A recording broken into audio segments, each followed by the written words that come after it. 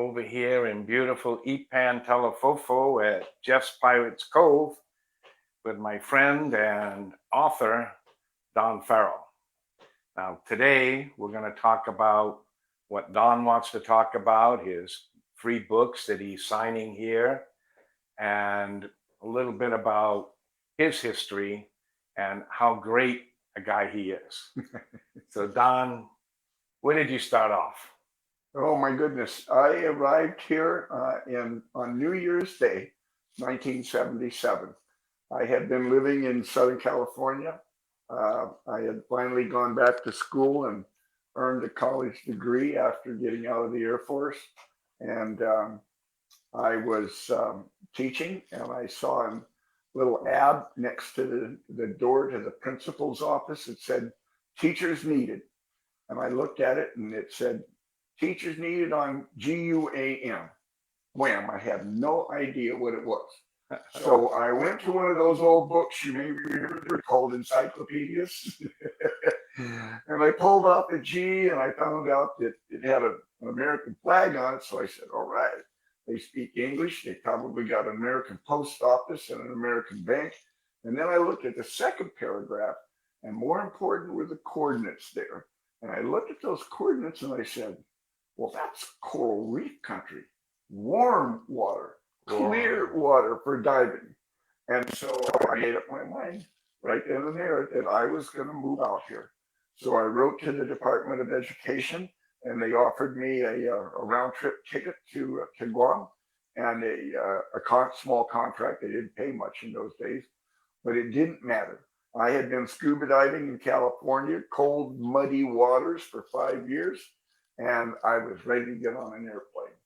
So I arrived here on New Year's Day. I had no idea where I was or who lived here or anything, and I found out I was assigned to Ilarohan Junior High. So I came down here, and with no indoctrination, nobody told me about Chamorro culture or language or anything. And the students were just returning to class from Super Typhoon Pamela. So I walked into the classroom. All they gave me was textbooks, a box of chalk and an eraser, and a grade book, and said, it's all yours. And I remember looking at those students, and I was 30 years old at the time. And these young, it was junior high, and these young students were kind of smiling at me, and, new white guy in Southern Guam. And I told them, I said, look, I have no idea, what a Chamorro is or anything. So I'm going to try to read the role, and you are allowed to laugh at me. But then you're supposed to help me learn how to say the name, right, and speak Chamorro. Right? And they all just roared, laughing that they were going to be the teacher instead of the student. Good way to approach it. And that's the way it knocked it off. And Jeff, it was the most important day of my life, the beginning of the rest of my life, because had I been assigned to one of the high schools up north, I would have probably gotten an apartment in Jonestown or something, which is air conditioned and not really interactive, right, with the Chamorro population. And it would have been a different life for me. But being assigned to the South, right, it gave me the opportunity to live in a Chamorro community and get to meet their parents and their elders. And from them, I finally heard the story of what happened here during the Japanese occupation before the liberation. And I remember finally one of them got accustomed to me enough to tell me the stories of what happened to their families in the South. And that convinced me to write this book, The Liberation of Guam. The South people and that really started suffered, off right? my career. Lots of atrocities in the South. Yes, it was. Lots of I couldn't very, even believe very it when I heard disturbing. the story. Yeah, I've read a lot about it, and I'm telling you, I can see how you would be. I was very into that. respectful, and so they accepted me and told the story, and then I did the research of the actual battle, and then I was very fortunate to meet Bobby Schwindeman and Phyllis Kuntz from the old Glimpses of Guam and Micronesia I know magazine, Phyllis, yes. and they offered to join me in the effort to create this book. And it was them that really helped me do this, because I had no idea how to make a book. I felt confident I could write the story, but creating the book is a whole nother ballgame. So a lot of credit goes to the people who helped me create the book, and that. So it was just a wonderful experience and a good beginning for a new career. Glimpses of Guam, they've been around a while. That must have been like one of their first books. They were doing, after that, liberation books every parade, I noticed, and celebration Yes, books. it did This stimulate. is quite Yeah, upgraded from that. it did stimulate. Yeah, this was 1981. This was done for the 40th anniversary of liberation, and here we are at the 80th. 40 years later, and I'm still here. And of course, I met you, right, in 79, I think, or something like that. Well, 77, I was drinking here as a customer. Well, then we probably I bought met it then. in 79. And So, I've yeah, I been- remember you came, you had a motorcycle or I something, did. you went I on was. and on. I did not move into a house or an apartment. I bought a boat and moved aboard in Apra Harbor, because I came here to be underwater and on the water, and of course fishing, right? But I moved aboard, and I did not buy a vehicle. I bought a motorcycle because I didn't really need a vehicle.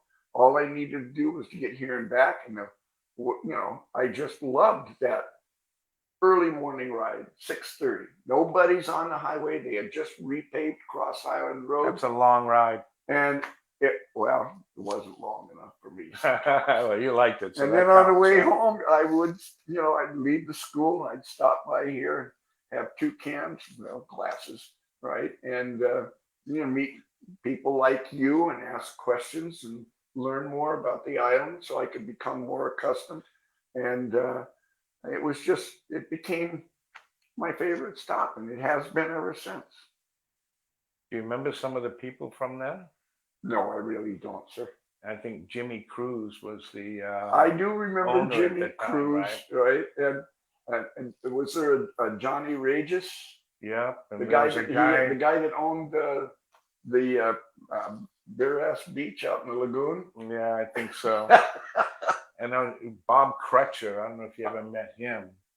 He's a ex-police guy. He was a policeman at the time. He lived up here in Windward Hills, but he was a fixture here. I mean, even in the pictures, he's in there with Probably. Jimmy. I met a He was lot here of every people. day, and Yeah. a lot of NASA people at that time. Yeah. So, what went up next? What happened? You kept Well, teaching, I taught. It was not the teaching assignment I wanted for teaching purposes, right? My degree's in mathematics and biology, and I had been teaching upper division math, chemistry, trigonometry, stuff like that, Whoa. and upper division math. Well, all of those jobs were held by senior teachers, right, who had not left Island because of Typhoon Pamela. They were already local, right? They were Howleys, but they were already local, right? So that's why I was assigned to Inrohan Junior High. I filled a slot that they needed filled. Then I requested a transfer to one of the high schools so I could teach what I had been taught to teach. And it just didn't work out. So I left Department of Education, and I took a few jobs to, because I made up my mind I was going to stay here. And I had been a traveling salesman, at different times after I got out of the service before I decided to go back to school. And so I became a Revlon representative. And I went to Yap, and I was the first person to sell Charlie perfume and Revlon lipstick in the islands. So you taught yourself about this line, or you knew something about it? I had been a pharmaceutical representative, a manufacturer's Oh, I representative for Schering Plow Corporation, and I had Riverside County, California as my territory. Big place. So I had learned to be on the road, to be a traveling salesman, right? So I knew the game. It was a different product, but that wasn't hard to learn. And besides that, I went down there and I made enough sales to satisfy the home office in Bloomfield, New Jersey. but at the same time, I got to dive those waters with those people. Beautiful. So I was just having fun. And then I was back here one day, and John Gilliam, you may remember John. Very well. He John was came a to see regular me, customer here. and he said, Kurt Moylan would like to see you. And I said, who's Kurt Moylan? And he says, well, he's the former lieutenant governor of Guam, and he's running for governor, and he needs a public relations officer and a public information officer. And I had written several articles for Glimpses magazine and the newspaper about my travels to the islands and stuff like that. And I said, well, I don't know anything about politics. I don't really care for it very much. And he said, well, you've got to meet Kurt Moylan, at least sit down and talk to him. So I went to a lunch with him and JQ, and who's gone now, and Kurt was there with his wife Judy, and Kurt started talking to me, and of course he was a very bright guy, and he was a Hapa Hawaiian, and so he had melded in well to the community here, and he wanted me to come aboard. And he told me what he wanted to do if he got elected and stuff like that. And I said, well, what's the salary? Well, the salary was lousy, right? But it was a new experience in a new place with new people, and it was a job, right? And so I said I would give it a try. And I remember reporting to work when I was told to. And I found out there a very young man at the time who was going to be my boss, and that was David Tydenko. And so I started learning about, politics and how the game works, and I found out that going to the pocket meetings and stuff like that, generally speaking, there was a backyard part of it, right? And so I would go early when they were still chopping chicken and cooking, and sit down at the table and roll up my sleeves and help prepare food and stuff like that. And that allowed me then to talk to the local people in a different location. I had spoken to the people down in the Inarohan area here. So now I'm, on the campaign trail, learning about the people that come from different parts of the village. And it was a great learning experience, and it added a lot to my writing. After that, we wrote the book Americanization of Guam, 1898 to 1918, and it did quite well. And we lost that election. It was a tight election. He was running in a primary election against Paul Calvo, very difficult, and we lost by 500 points. And so I knew the rule of the game. You lose the election, you're out. And so I came back to the office and started sorting out my stuff and getting ready to leave. And I went to the restroom, and in there, believe it or not, I met a young senator. He was kind of balding at the time, and he was short, right? But I had seen him in the session hall. He was a very successful young senator, and he said, "You're Don Farrell, right?" I said, "Yes, sir, I am." And he says, "Well, we're going to win this next election, and I'm going to be the next speaker. We're going to win 14 seats, so we'll have a super majority, and I will be the speaker." Well, this is right after the primary election, for crying out loud, right? And that almost cracked me up. And I said, "So you know that you're going to win 14 seats and that you're going to get, the speakership on the first ballot?" Yep. Just like and I said, "Well, I tell you what, Senator, we'll talk about it." Well, I went back to see Kurt to tell him what happened, because it would be a political jump from the Republican Party to the Democratic Party, and I figured that was unacceptable. And I talked to Kurt, and I said, "Do you know this Carl Gutierrez very well?" And he says, "Yes, I do, Don. And he's a good man. You will not go wrong if you go to work for him." And so I told him that I was considering it, and went to a couple of his rallies and watched him do it. And I, I could not. Carl watched him do his thing, and he was so good in both English and Chamorro. And and I'll be darned. I watched that election, and they won exactly 14 seats, and he was chosen on the first ballot. And so he looked at me and he says, "What do you think?" And I said, "I guess I'm going to be working for you, boss." And so I went with Carl, and I was with him forever after that. Yeah. So it was a great. Well, what it did for me, the switching party things, I did exactly the same thing I did for Kurt. Whenever we had a pocket meeting somewhere, I always arrived early and went to the backyard, right, and did helped out with the barbecue. So I was in the same villages, talking to the same general complexion of that community, but I saw it from the other side, and I listened to them.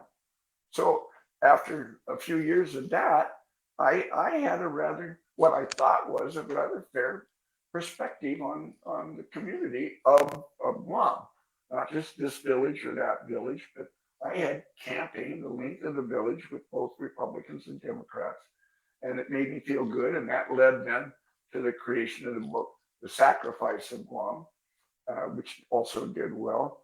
And so much of my writing has followed my feelings and the things that I learned from the people of Guam. I mean, each one of these has a lot of archival research into it, the data, right, that goes behind the story. But it also includes every one of my books has been written from a local perspective. And I'm very proud of that the books have done well. Let's talk about, okay, this was your first book here. Liberation 1944 was. And how about these two? Let's talk about these All right, a little bit. see these, and let's do this one first. Kenyon and the Bomb. Now, this one again was a kind of a fluke from friends.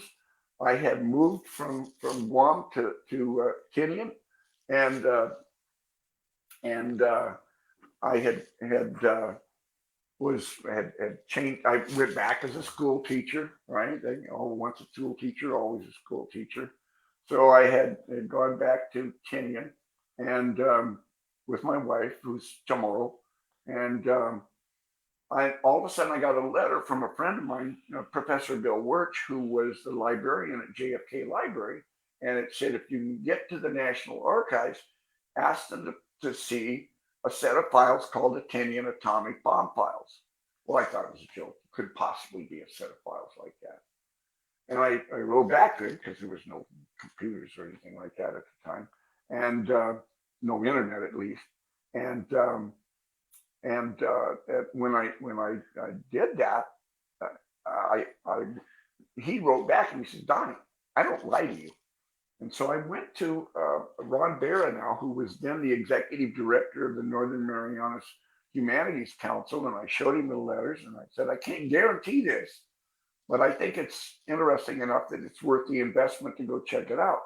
I'll need 10 grand, right? The round trip airfare and housing and all of that kind of stuff to go back to it, because if they are there, I've got to copy all the files and the photographs." And so Ron processed the grant for me, and I'll never forget the day I first walked into the National Archives Annex in College Park, Maryland. And I was almost overwhelmed just walking through the door of this magnificent place.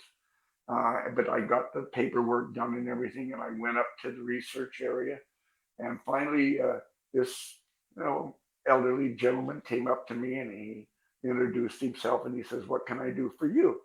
And so I looked right at him and I said, "I would like to see the Tinian atomic bomb files." And his face literally blanched, right? And I said, "So they exist?" Just like that. And he chuckled and he says, "Yes, they do, sir. And if you'll give me about 40 minutes, I'll go get the files and bring them back to you." So I sat there, and he comes back in about 40 minutes with a cart with boxes of files in it, right? And the poor guy had taken off his jacket His shirt, his tie was loosened up. His shirt was covered with dust because the boxes he was Way pulling in out there. hadn't been looked at in years. And I felt so sorry for him. He says, I'm going to leave now. I'll be gone about an hour while I go change clothes. So I pulled the boxes off and I opened up that first box. He taught me the rules and the gloves and all that kind of stuff. So I opened the first box and I opened the first folder and I started looking at it. I could tell immediately it was the original correspondence between the Manhattan Project headquarters in Washington, D.C., the scientists and technicians and all that are at Los Alamos, and the messages were going to people on Tinian. I couldn't tell who was writing to who or what date or anything, right? Because it was all written in code. Oh. It was all highly classified stuff. So he came back and I said, look, I think these files are extremely valuable. I cannot read them. So rather than fuss around with it, I'm going to copy every file you've got in these boxes. In the code? Well, I had to take them home so I could find out what the code is. There was no way I could get the code there. Yeah. I didn't know where to get the code. So, and I didn't have any idea if it was in one of those boxes. It would have taken me days to do that. It would have been a waste of time at that time. So I asked him they had about, 10 photocopy machines up in the front. And he said, you can use one of those copy machines. And I said, what about, do I have to plug nickels and dimes? He said, no, you go downstairs, they'll give you a card. You can put whatever amount of money you want in it. You get it refilled later and you can use that. And I said, what about getting them declassified? And he says, that's not a problem. They're all over 50 years old, right? So when you go to the front desk to get them declassified, show them the folder. They'll give you a little sticker to put on the window of the photocopy machine so that it appears at the top of each piece of paper that you Xerox, right? And that way, when you're walking out, the guards can flip through them and see that you have them all declassified. So I copied them all, and then I took the stack, right, to a quick print kind of place right there in town, and I said I need all of these recopied, 2 copies, right? One of them I sent by secure mail back to my home, right, by mail, in case something happened to them along the way. I carried the 2 copies, the one that I made at the archives and the one that was that I had one of the copies I had made, and I carried those with me back on the airplane. Once we got back here, I started communicating with people that I had found names to who were listed as special historians on the atomic bomb. Told them what I had done, and they were amazed that I had physically done that, but they gave me the code. Beautiful. So now I could take the codes and walk through them and categorize them by putting the actual names on, not marking up the things, but, using stickers to mark the names of who was who, the dates, and the locations. So now I could take the files. Once I put them in order by date, I could read the actual conversations that were going back. And I looked at what I had ended up with and I said, that deserves this, because nobody has ever heard this story. Yeah. Right? So that's what's in this book. How long did it take you to do that? Well, I got those files in 1989, and this book was published in 2005 or something like that. Long time. Right. Well, I had to earn a living along the way because I knew it was going to be a big book, right? And I knew that the layout and design and everything was going to take a long time. So I did not rush it. I took the time, and there was a lot of people I wanted to talk to check what I had done to make sure they review it, that I had properly interpreted. Yeah, make it accurate. Right. And I do not have a PhD in anything, much less history. I don't even have a degree in history. I almost failed out of college because of English language, right? I don't speak English. I speak American. You're a mathematician. I'm a mathematician. Didn't need to learn that. That's what secretaries are for, as if I was going to be a professor. So the bottom line, though, is that I have to be very careful with everything that I publish because there are people who will get a copy of my book, and if it has major errors in it, they will make it public. Yeah. So I always send everything I do for peer review. I choose the people who might hammer me the worst. And I send it to them and I say, look, please, if I got something wrong, say it now, not after it's published. And I make the corrections. So that's why it takes a long time for me to publish a book. I'm very careful about that. Everything is referenced properly, and I choose good editors. As soon as I was finished with that, I started on this. And this is a rather amazing story. These two books are tied together. They are companions in that this is the story of how this book tells you that Tinian was chosen to be the location where the atomic bombs would be assembled. That scientists and technicians from Los Alamos, from Hanford, Washington, from Oak Ridge, Tennessee, right, were sent to Tinian, 100 of them, and it was like they were moving Los Alamos to Tinian because the bombs weren't finished, the parts weren't done. They kept receiving new parts, and the scientists had to figure out how to put them together on Tinian. But this tells the story of how the decision was made, one, to capture Tinian, simply to capture it, right? Because there's no harbor there, but it's flat, so you can put B-29 bases on it, right? And then how the island was reconstructed after it was captured, how the CVs do the job. About the first half of the book is CV operations, right? It goes from the very beginning of the construction of runway Able, the runway that would eventually be used by the Enola Gay and Boxcar for the atomic bombings of Hiroshima and Nagasaki. That's an eerie place. I've been there. I've been there too, and I It's tell you very, what, very. doesn't it affect you when It you is sit there looking at? very. Yeah, It's a feeling that like I can only call it eerie. yeah, it's just you can't just look at it and walk away. Yeah, You end up sitting on a bench because it digs in. Yep. You know, very worthwhile for those of you who have never been there. Uh, it's an amazing experience.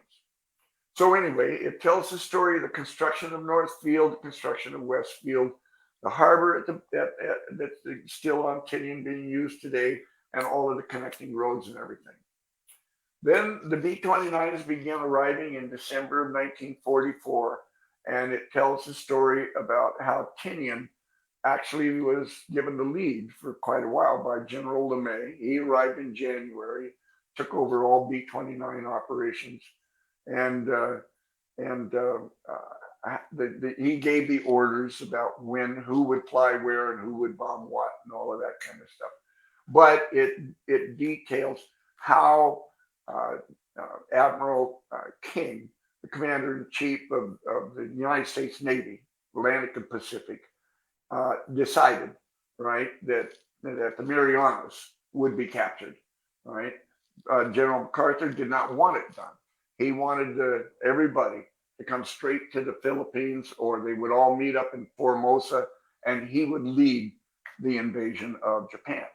But Admiral King talked to General Hap Arnold, the commander of all B-29 operations, and between them, they agreed that the B-29s could be put on the Marianas, right? And from there, they could bomb Japan, and that between the two of them, between Navy operations and Army Air Force B-29 operations, they could defeat Japan without an invasion, because an invasion would have cost, they claimed, 500,000 casualties. They manufactured enough Purple Hearts for the invasion of Japan that the same Purple Hearts are still being handed out today because we didn't have to invade Japan. And so it talks about all of that, and they had set the invasion of Japan for November 1st, 1945. and it got closer and closer. LeMay ordered the destruction of 54 cities, the size of Cleveland, and the Japanese still did not surrender. And so finally, they gave the orders that the bombs would be used.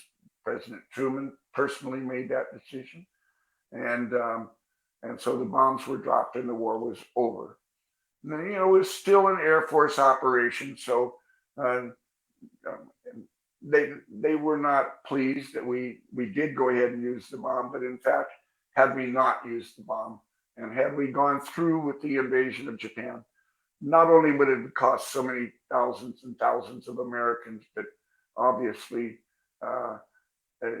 for up until that time, no Japanese citizen in the 4 home islands of Japan had ever seen an American kill a Japanese. They had seen American prisoners of war, B-29ers that had crash landed and survived the crash, but they had never seen an American kill a Japanese. And if we would have had to land, all 6 Marine divisions would have landed. And we know that the Japanese would have been, as the Americans would be today. If somebody landed on our shores, it would have been homeowners, right, out fighting to defend their land, elderly and children with pitchforks and bamboo sticks or whatever. And the Marines would have had to kill them. And we never would have been able to establish a peaceful relationship, a long-term peaceful relationship with Japan. So in a way, the bombs saved a whole lot more lives, first of all, than had they not been used. But it also prevented that image in the eyes of the Japanese people and allowed General MacArthur, and he still became Supreme Allied Commander Asia, and it allowed him to be able to actually talk to the Japanese. And because President Truman had agreed to make a slight modification in the surrender demand, saying that all Japanese troops will have to surrender to the United States, he preserved what the Japanese call kokutai, and that is the imperial heritage, their 2,000-year-old imperial system. With that, Emperor Hirohito was willing to accept cold, right, the surrender statement, and he told his troops the war was over, there would be no more fighting. Several of his his war ministers committed suicide. He knew that they would, right, and he didn't like that because they were good Japanese. But on the other hand, it was necessary. So if you ever see that picture of General MacArthur shaking hands with the emperor, well, the emperor doesn't shake hands, and MacArthur doesn't say "sir," right, to civilian, especially the opposing force. Yeah. Right. So both of them modified their attitude. I'm not a particular fan of General MacArthur, right, but he handled that very well. And so when they met, Emperor Hirohito said, "I am here to help you," and that shook MacArthur to his roots. So anyway, that's the story of this book. Do we have anybody online or anything? Hey, yes, sir. I'm just gonna come a little closer. So you had several people come in and out, and I'll start from the beginning. Dave Duenas says, "Thank you, Don, for your research and publishing the history of Guam War and the Marianas." Joe Hewitt says, "It's great to see you guys doing great things still." Thank you. Thank you, Joe. Thank you, Dave. Had Don Hubbard tuning in from New York, Long Island. Whoa. Yeah. Brendan Fausto, he's from Jigo, and he said, "Jigo Jarhead watching." Trisha Mack said, "Half a day from Arizona." Wow. And Brennan also said, yes, sir, thank you, veteran war fighters, and we said salute, the salute emoji. Susan Rapetti from Hoboken, New Jersey said, love hearing the stories. And finally, two actually more. Bennett Duenas says, half a day from 671, Viva Liberation Holiday. And Janice Pfeiffer says, half a day from Virginia. Excellent. Very interesting, and thank you, sir, for sharing. Thank you all very much. Yes. That's what continues to make me do this. There's very little profit at the end of the day in books. I remember, when I got, at one point in time after I got ready to leave, Kurt Moylan came to me and asked me to go to work for Moylan's Insurance. And I said, no, I think I'm just going to go up north with my wife and continue writing books. He says, there's no money in books. And I said, Kurt, that's not the point, right? Yeah, it's a necessary That's not thing the for point. you to do, and you're helping a lot of people. I will never forget the day we published Americanization in Guam, David and I. He pushed me into getting started to this. And I was walking across the street from the legislature to go over to the PDM building. And I'd gotten onto the corner right in front of the cathedral there, in front of the legislative building. And this elderly Chamorro turned around and looked at me and he says, are you Don Farrell? And I said, yes, sir, I am. And he said, thank you. And I said, for what? And he says, the picture on the front of your new book is my grandfather. Yeah, people love to see that, right? Yeah. You love to hear it. Yeah, no, it's beautiful. So how are we doing on time, girl? We're 10 minutes over. And, Oh, no, I'm sorry. I got to telling stories. well, and Alan Kilber says, Jeff, where are you at, Jeff? It's a good question. I'm right here. So, any closing remarks before we leave? Just thank everybody and thank Don for coming down here. Always. Now we have his books here at Pirates Cove Yep. on sale, and he's been signing them for 3 days, and we'll be here till 2 o'clock today. These are the kind of books we like to have in the gift shop with David Lotz, and local yeah. things for our friends and our visitors. And if anybody has an old book at home, they bought one of my books in the past, please feel free to bring them in and I'll sign them for you if you wish.